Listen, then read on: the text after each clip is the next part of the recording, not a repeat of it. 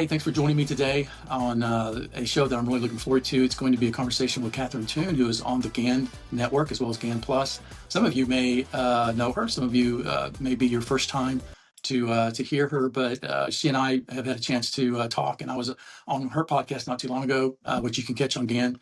And I thought that this would be a good person for us to talk a little bit about deconstruction, a little bit about her journey. She's had a book that she's revised and had come back out. It came out fairly recently. We'll talk more about that. Talk a little bit about how she started her ministry and has gotten to the point that she's at today in the grace area. And I think it'll be something we'll do a lot of going forward. This is our first one in this new series. And but after she and I got a chance to talk, I wanted you guys to be able to talk with her. So Catherine, thanks for joining us today. Wow, it is a privilege. I'm really, really happy to be here. This is wonderful. Well, let's do this. Let's start with just a little bit about your background and introducing Sure. yourself to the folks who are coming in. Some people listen on podcasts, some are go to YouTube, others to our website or to GAN. So for some people, this will be their first time to get to know you. So just tell us a little bit about your background. Well, thank you. So I wasn't raised in a Christian home. I didn't really start to follow Christ until I was in my 20s. I'd actually had encounters with him, but I didn't have much of a grid. And because there was a lot of dysfunction in our background, as things started to become more and more unhealthy, I kind of turned my back on what I realized was this person that I'd had encounters with. I was just angry at God, and sort of went my own way. And what my own way kind of looked like at that time, I was in the place where I was feeling the need because I hadn't received the affirmation that I need, and there was a lot of dysfunction. That I learned the lie that my worth and value was what I do. And so at an early age, actually age 7, I just decided sort of subconsciously that, well, if my worth and value is what I do, I'm going to pick the hardest thing I can think of, and that is to become a physician. So that's what I did. I made this vow. I walked it out. I did it with all the bells and whistles, Ivy League, all this stuff. And I'd kind of turned my back on God. Now, the interesting thing about God is that it's irrelevant what we do in terms of whether we reject him, approach him, receive. He just stays there. I have a chapter Right. in the book called Annoying Relentless Love. He would not leave. Right. And when I was mad. And so he continued to pursue me. So as my life started to unravel more on an emotional plane, professionally, I was doing great. I realized that, wow, I really needed this one person that I, was so angry at it and turned my back on. So kind of gave my life to Christ, as we put it that way, and then started on the journey. And I just thought all those Christian people were strange, but I became one. And so I started to follow him, and I started to dive into scripture and that sort of thing. And that led me in to the streams that I started to connect with, were Assemblies of God and Word of Faith, and sort of cut my teeth on that. And as I started to realize that my professional choice, which was so demanding, did not have life in it because it wasn't what I called to. Now, I love my patients. I love the intellectual challenge, but it wasn't what I was called to. So I really was burnt out. And by that time, I'd gotten married. We were starting a family. And so I just sort of came home to be with my kids, and I started to dive in to all things Christian. It was kind of my own Holy Spirit-led journey. So I was inhaling the Bible. I was inhaling different teachers and preachers, and most of them initially Assemblies of God, Word of Faith. Then it became more charismatic. And so you just sort of started to take on all those things.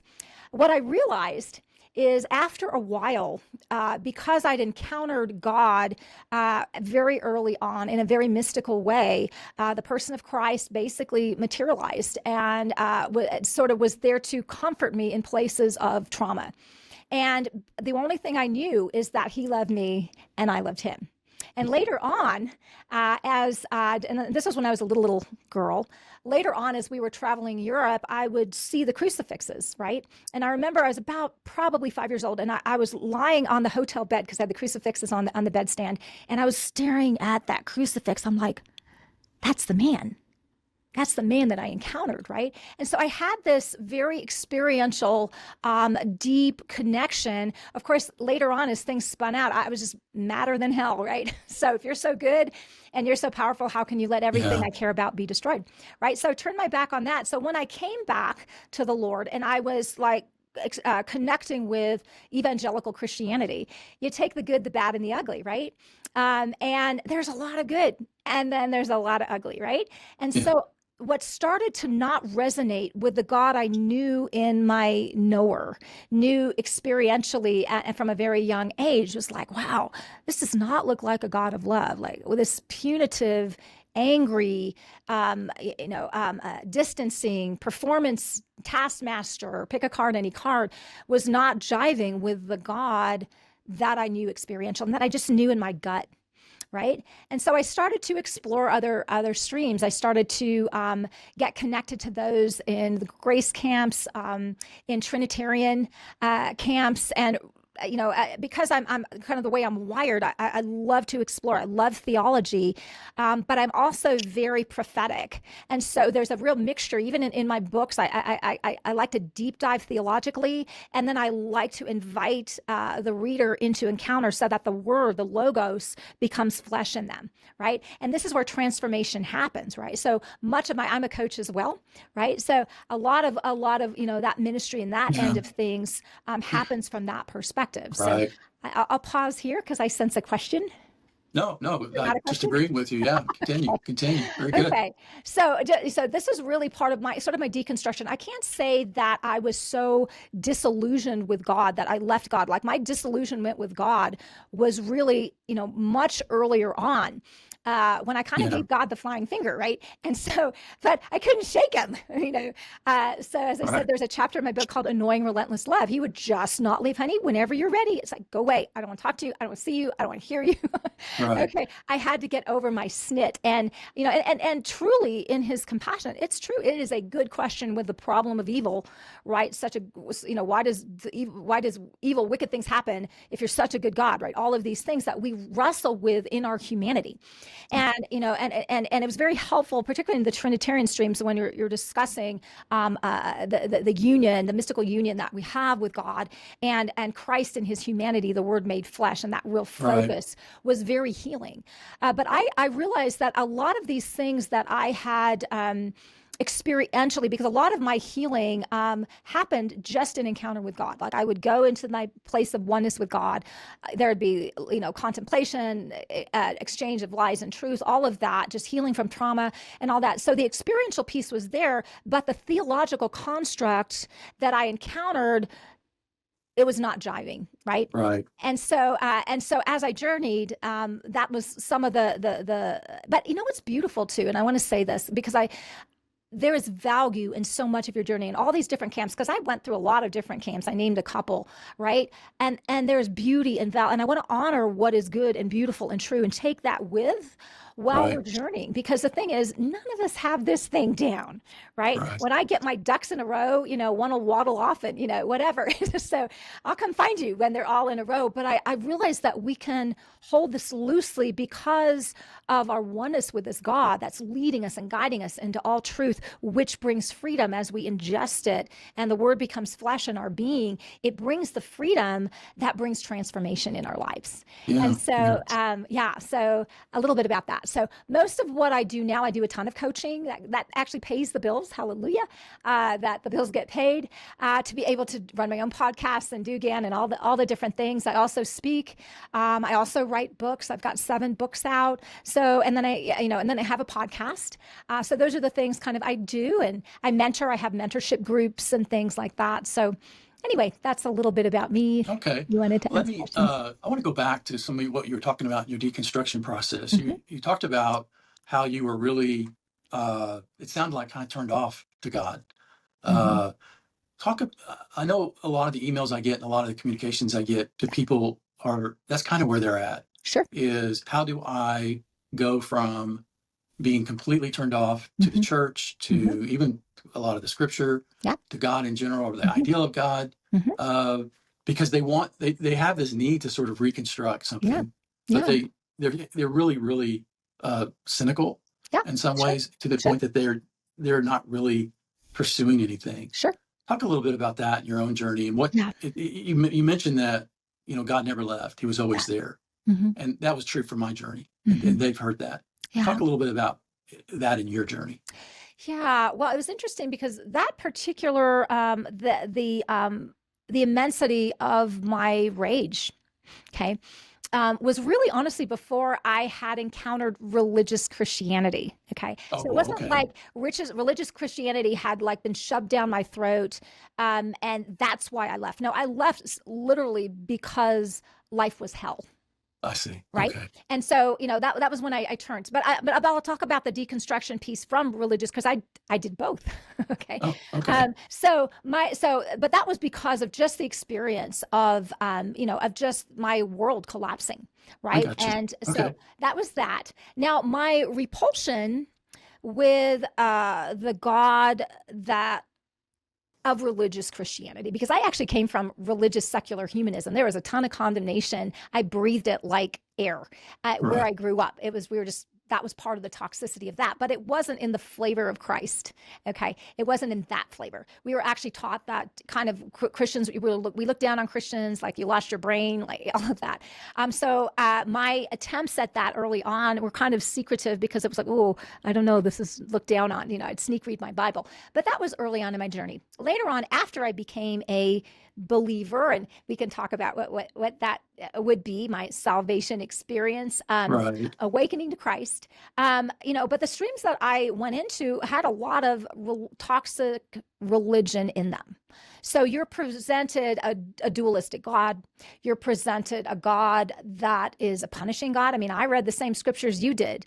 It's like, wow, we're killing babies now. That looks like a lovely God right there, right? And Right. it's in your name, right? And the way women were treated, the way just people were treated in general, Right. and the Pharisaical things. I mean, you just read it and you're like, ugh, how can I reconcile this? And my thing was always, how do I reconcile this with the God that I know deep in my knower?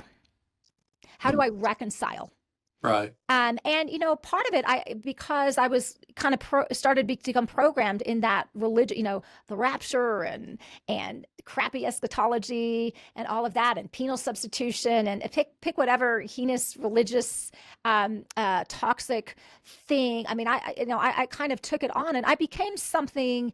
I became religious. I became judgmental. I became kind of fearful. But something deep in my knower is like, this is not who I am. Right. Yeah.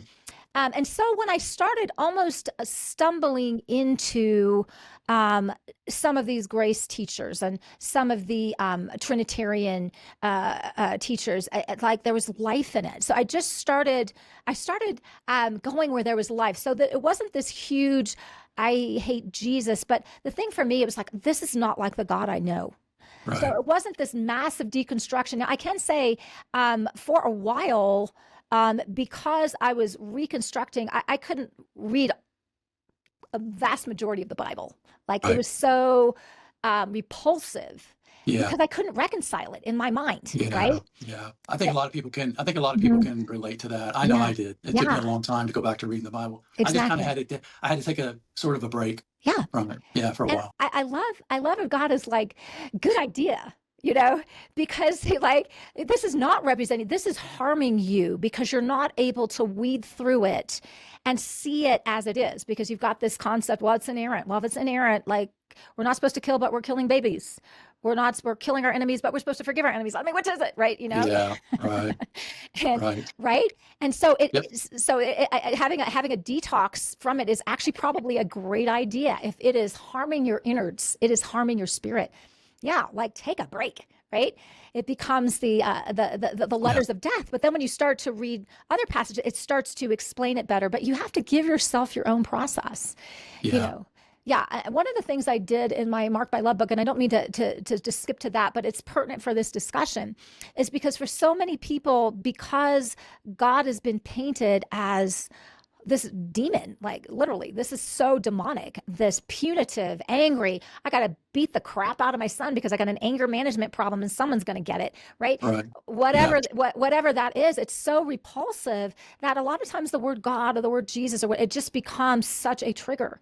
And I love God. And, because he's like, okay, this is not a problem, because I'm going to reveal myself in a way that can be assimilated into your system. So if you're a Muslim, if you're a Buddhist, if you're Mhm. whatever, pick a card, any card, someone who just deconstructed and hates all things Christian. Okay. Right.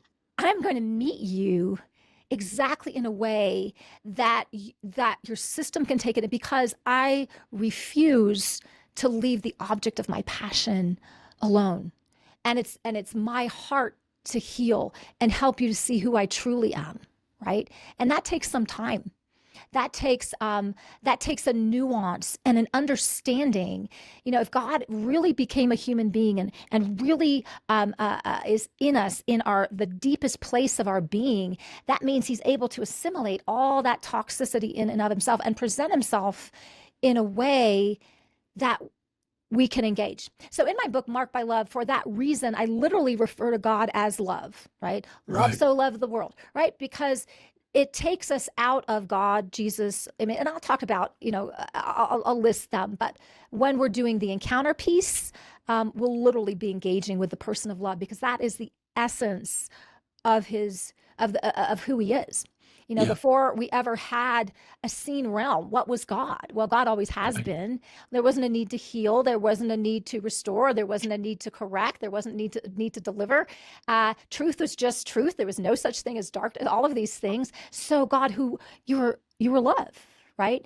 In Right. this mystical union, this perichoretic thing. And so this is, and as love, you explode in a race of children because of love. Because if love has a need, it just needs more to love, right? So he Yeah. creates a race of people that look just like him, but in their flavor, right?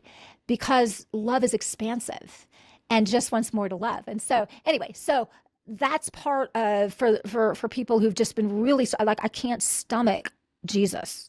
I can't stomach Father God. I wrote Right. another book, God, Male and Female, because of the male female issue, right? Because people have been so harmed in the way masculinity in its toxic form and femininity in its toxic form has been portrayed. And so, what does that mean about who God is and who we are in His image and likeness? So, anyway, all of these things, because people need to be met where they are. Right. Sometimes you just need to meet light. Hmm. And he's like works for me. Yeah. However we need that. He's like, that's how I'm showing up, because I'm going to come to your level in compassion and reveal myself to you in a way that your system can take it in, because I want to heal you. Yeah. Yeah. There's two things I want to delve into. One, it sounds like in your process, you correct me if I'm wrong, that divine love in its perfection for you, in other words, in its unconditionality for you, is something that you began to believe. Is that correct? Oh, absolutely. What was so interesting is truly, and one of the things for me, as I was growing up, because it was so chaotic, I was like, what can I actually believe in? What can you reduce things to and press on so hard that it will actually hold the entire cosmos up, right? Mhm. Um, Yeah. and it took me a long time to come across that. There was a bunch of things that I thought, and then they wouldn't hold up. But you can press on God as the person of love, and it will never fail you, Right. right? You can press Right. on that with your whole being, with the entire cosmos, with the seen realm, with the unseen realm, throughout all ages, in perpetuity, and it will hold up, right? Right. Mm-hmm. Yeah. Yeah. And do you think that that's, I mean, in my experience, the person who comes to the understanding of the unconditionality of God's love, it's almost to me an absolute necessity. Would you say that, to really come to Oh, that reality? absolutely. Absolutely. Because if there's any condition on it, it's not love by definition, Right. right? It's something else, okay? But it's not love. And love is not just an attribute, it's a person. He's a person. They're a Right. person, right? Yes. And Yes. so every attribute of God is actually a facet and reflection of that ultimate truth of the essence of who he is. And so even the wrath is a reflection of that. I mean, you can just pick a card, any card, and things that we need to understand better, and honestly need better language for. Part of our problem, language gets to be such a problem, Yeah. Yeah. because when I say one thing, when I even say love, well, that may be 5 zillion different things to people. But that's why this is kind of like a deep dive to encounter the personhood of, and can you love me here, and can you love me here, and what about this? What if I give you the flying finger for what I think is eternity? What about that, right? So what Right. about that on the other side? All Right. of that, right? Yeah. Yeah.